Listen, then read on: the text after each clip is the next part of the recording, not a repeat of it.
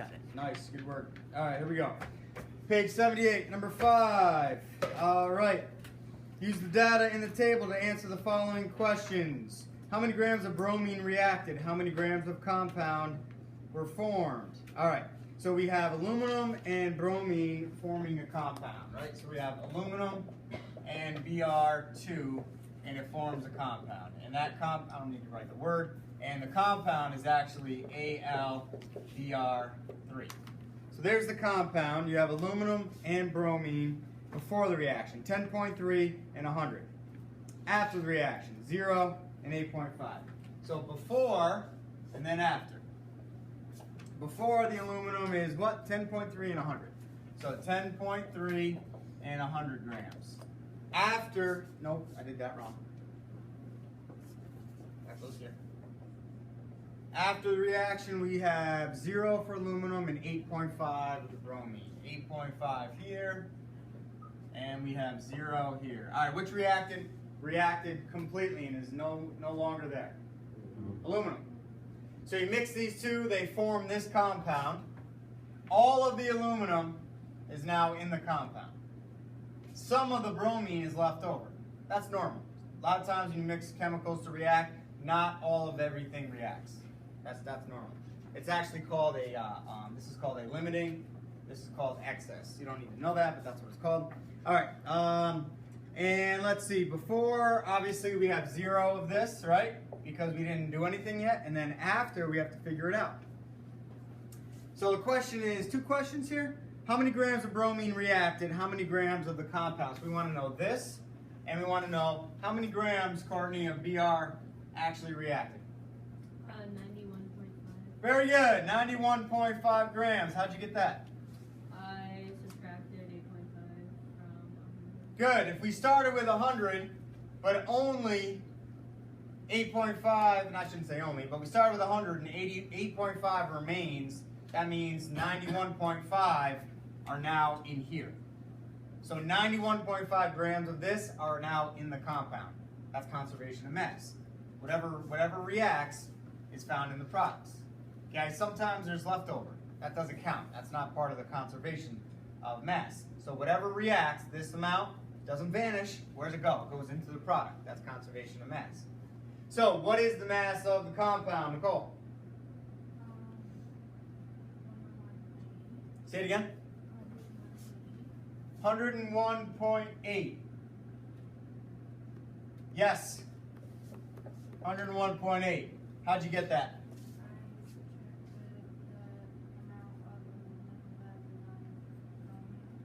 Yeah, or you just added them together, right?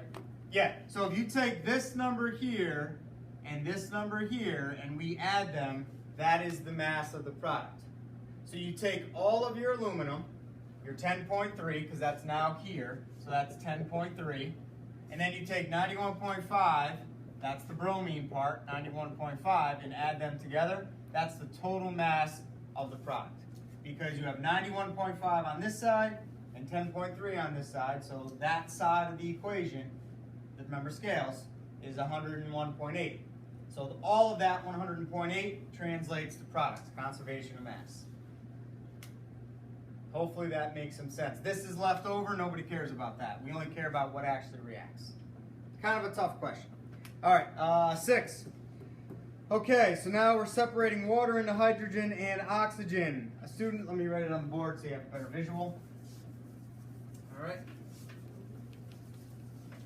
All right, so we're separating water. So we have H2O separating into H2 plus O2. Oh, by the way, the reaction I just had on the board, number 5, what type of reaction is that? We're putting 2 things together to make 1. Synthesis, good. What's this called? Taking 1 apart. Decomposition, good, Mike. All right, here we go. Lab process, we have 10 grams of hydrogen, 79.4. All right, so 10 grams of this, 79.4 grams of that. It gives you that information. How much water was originally involved, Matt Payne? 5. 5 grams? So 5 grams of water produces 10 and 79? No, you see the error of your ways. Good job. So how do we fix it? Remember, You conservation. just add the two on the right together. And that is? That's 89.4. Very good. Good job. Fixed it on the fly. Sometimes that's hard. Good job. Okay.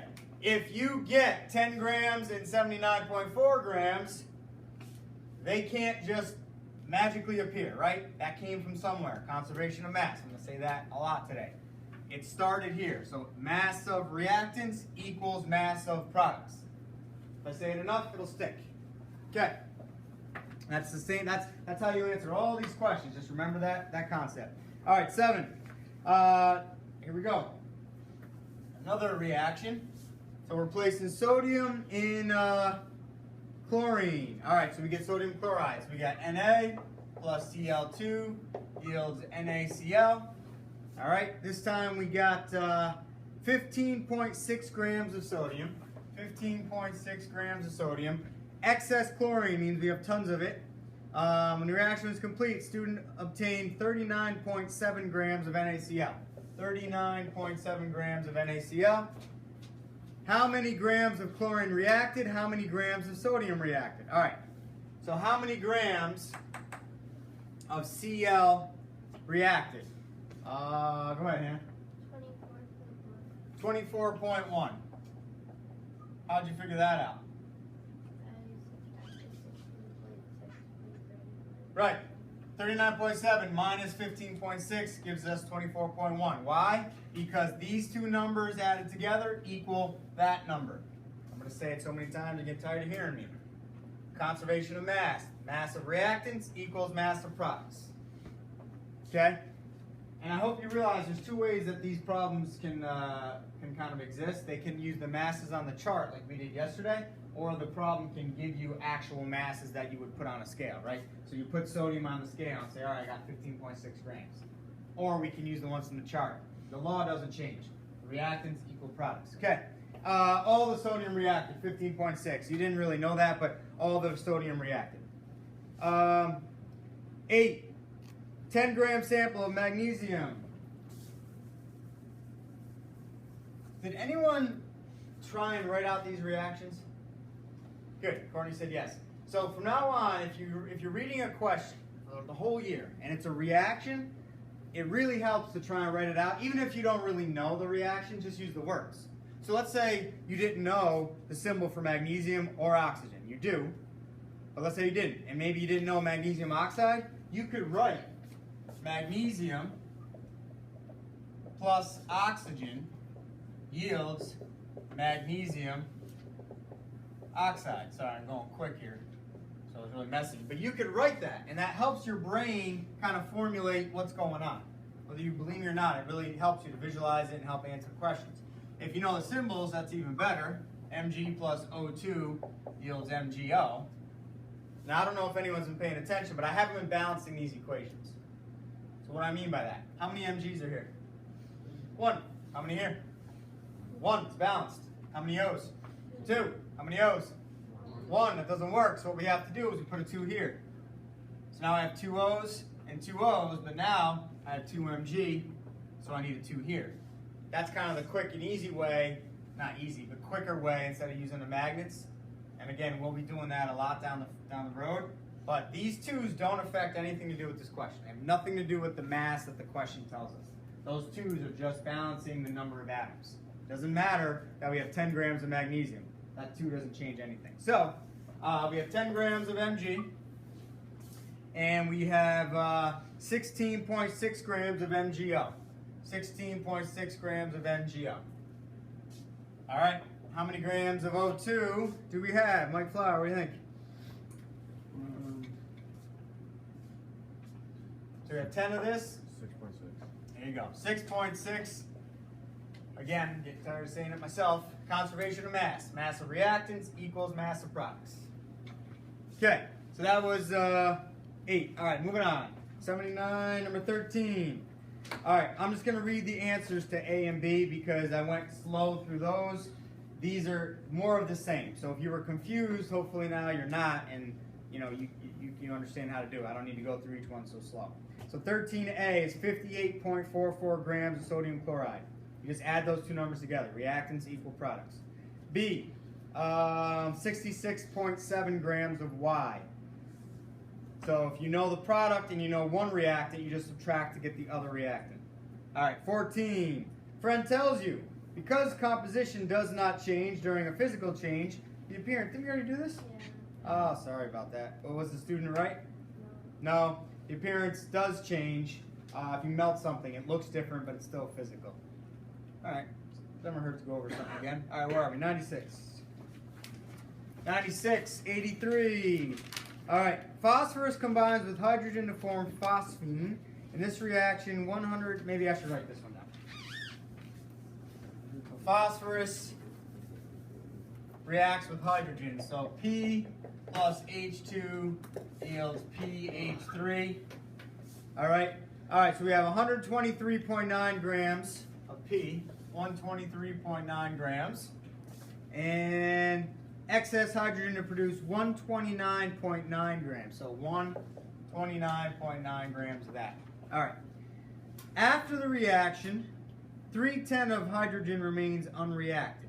What mass of, okay, so afterwards, so let me do this here. I guess we'll do it before and after. So this would be 0 before, we don't know. What did it say for hydrogen? 100? No, 310. 310 grams, and phosphine 129.9 grams. And after, we don't know here. All right. So we have 123.9 of phosphorus. We have excess hydrogen, meaning there's too much of it. Not all of it reacts, that's what that means. What mass of hydrogen is used? Anybody have a thought here? We know we have 123.9. I'll give you a hint.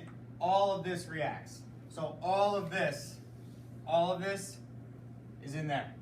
You may not have known that on the homework, but all of this. So if this is excess, that means this is called limiting, meaning all of it reacts. So this is actually 0. So all of this is in that number. So who can tell me, what's the question mark? If all of this is in that number, there's only a little bit left. It has to be all hydrogen. 6 grams. Yeah, so 6 grams reacted. What is the mass of hydrogen that reacted? So 6 grams actually reacted. I don't really need to write that here, I guess. So we have 6 grams of the H and 123.9 grams of the P. Add them together, that equals that. So what was the original mass of hydrogen? Adam, if 6 grams reacted and then 3 tenths left over. 304. Go the other way. 316. Yeah, 316. So you start with 316, subtract 6 grams, that goes here, you have 310 left over. That make sense? Okay, that's a little bit harder than a Regents question. Regents question would go like this. 123.9 grams of this reacted, 129.9 grams of this produced. How many grams of H2 reacted? All you'd have to do is subtract and get 6. That's a Regents level question, like some of the other ones. All right, 84. Great question. I love these questions because they're conceptual questions. What's conceptual mean? It's about concepts. Good. It's not about the math or the numbers. It's about understanding what's happening. So we have hydrogen and we have oxygen, and we're producing water. Okay, this is real important, so pay attention. This is good stuff. All right, so I don't have 100 of these things here, okay? So I'm just gonna take maybe 4 of each. So instead of 100, let's say we have 4. You can translate to get the answer. So we have 1, 2, 3, 4. 4 hydrogens. And we have 1, 2, 3, 4 oxygens. Question wants to know if you have 100, so imagine we have 100 of each, but again, 4 just to kind of scale it down for us. How many units of water form? Will you use all the particles of both, and if not, what remains? Okay. How many water molecules can I make if I have 4 hydrogens and 4 oxygens? Wait, you added those, or do you want the answer for this? No, I want this. So if I have 4 H2 and 4 O2, how many waters can I make? 2. You say 2. Well, let's do it. Let's make water. So do I need both of these for water? Yeah. Okay. How many of these do I need? One. Just one? Do I need both of these for another water? Make four, my bad. That's all right, keep going. Now I can use this, right? Yeah. Okay. Now Mike gets it, so we're gonna use these two. One of those. These two. So what's gonna be left over at the end, Mike? Four oxygen. Oxygen's left over, good. Oxygen's left over. So if we have 4 of these and 4 of these, all of these go away. Why? Because I need 2 H's for each H2O, but I will have 2 of these left over, 1, 2 O2s, because you don't need all the you only need 1 O for every water molecule. So, translate to the 100 now. Ariel, if we had 100 of H2, would we use all 100? Yes. Would we use all 100 O2? How many would we use? Just 50, just half. Because there's only 1 oxygen in the water, but there's 2 H's. So you would use all the H2s, because you need 2 H's, and only half of the O's, because it's O2 versus just 1 O. So you would use 100 H2s, 50 O's. So how many waters would we make if we had 100 of both of these? There you go. 100. You'd use the exact same amount of H2 that you had. I'm going to show you another way to figure that one out. Remember yesterday we did this to balance it, okay? Remember that, right? So we need 2 of these, 1 of those, and that produces 2 of those. So that's balanced. 1, 2, 3, 4, 1, 2, 3, 4, 1, 2, 1, 2. Yes?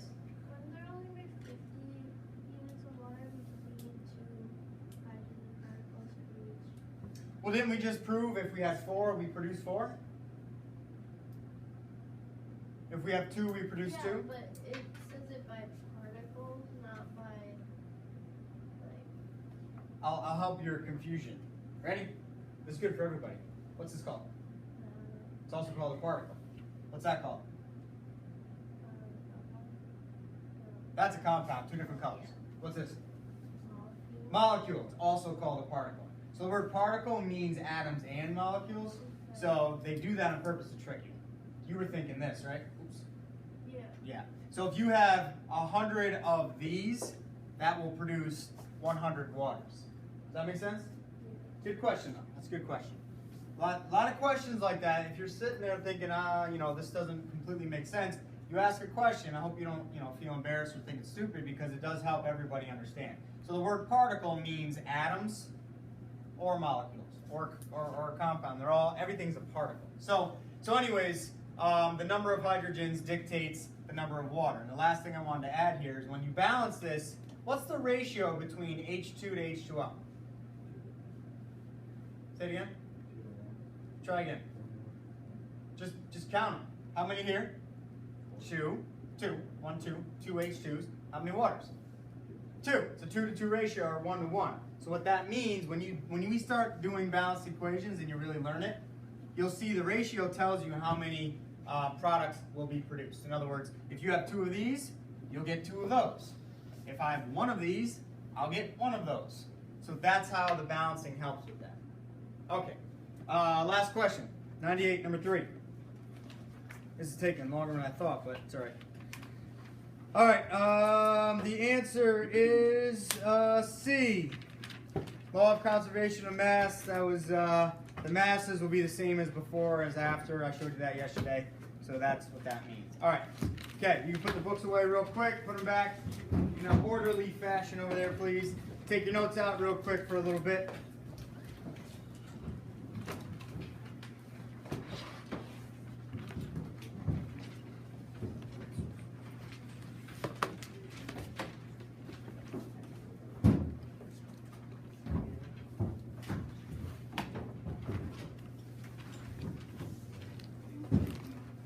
Okay.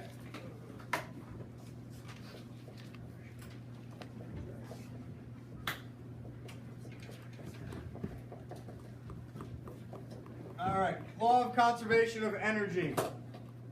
So I'm going to go quick here, so stay with me. Yesterday I wanted you to write down the observations you saw with this hot pack here, and then how it helps teach conservation of energy. And I also said, is it physical or chemical? And the answer to that is it's a physical change. And I can't show you today because I don't have enough time, but all you have to do is heat this up in boiling water, and all this white stuff here dissolves again. This is actually just dissolving. When I heat this up, all of the white crystals that are in there dissolves, and then when you snap this little metal thing there, it actually physically agitates all the particles, and when it does that, they start crystallizing. So it's actually a physical process because you can reverse it pretty easily with a physical process by just boiling some water, putting this in. So when this gets really hot, it all dissolves.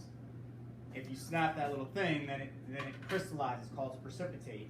This is actually a physical process. Yes? Why does it get hot then? Ah, why does it get hot?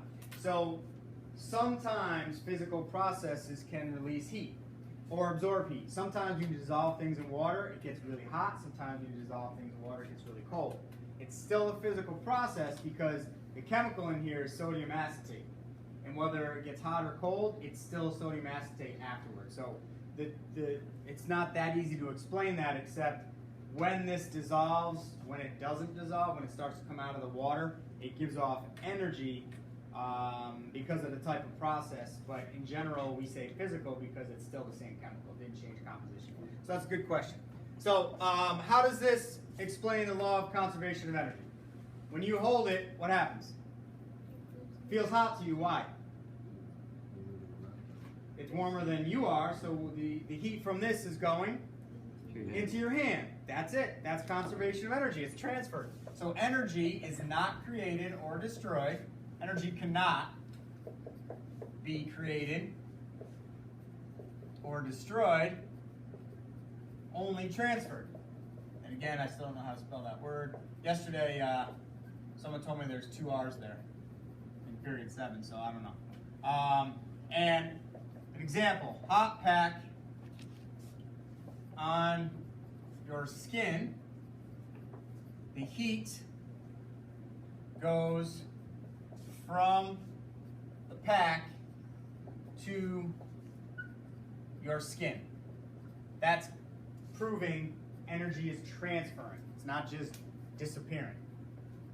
Heat goes from hot pack to your skin. Heat or energy always goes from higher temp to lower temp. Always.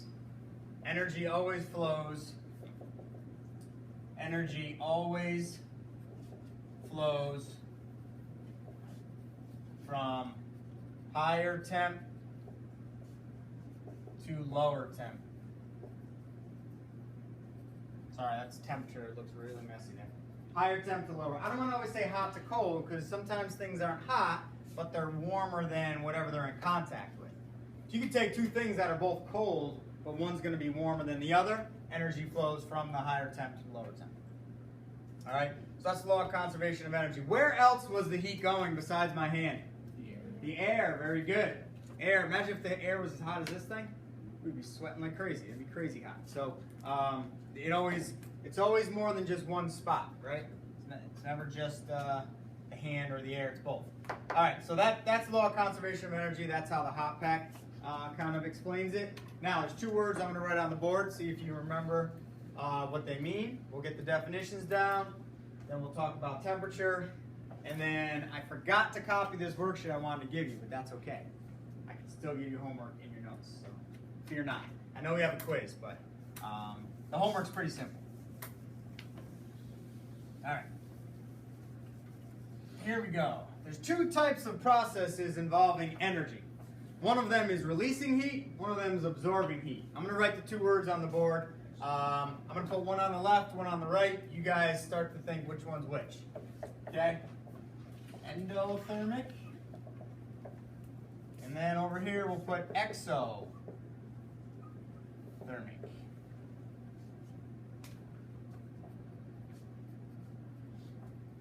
So we'll define these, and then we'll talk a little bit about temperature.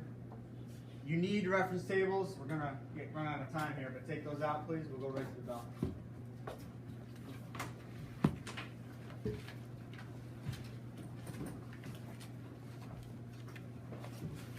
All right, Morgan Thomas. Do you know either one of these words? It's exothermic when heat is released. Perfect. Exothermic. Heat is released. Parentheses. Feels hot to us. Anything you touch or come in contact with or stand near, if it feels hot or warm to us, it is giving energy to us. So that thing, whatever it is producing heat. It's releasing it. So that is exothermic. So, hot pack, is it exothermic? Yes, it's giving heat off. You can feel it. Colin, what's endothermic? Takes heat in. Right, heat is absorbed. Parentheses, feels cold to us.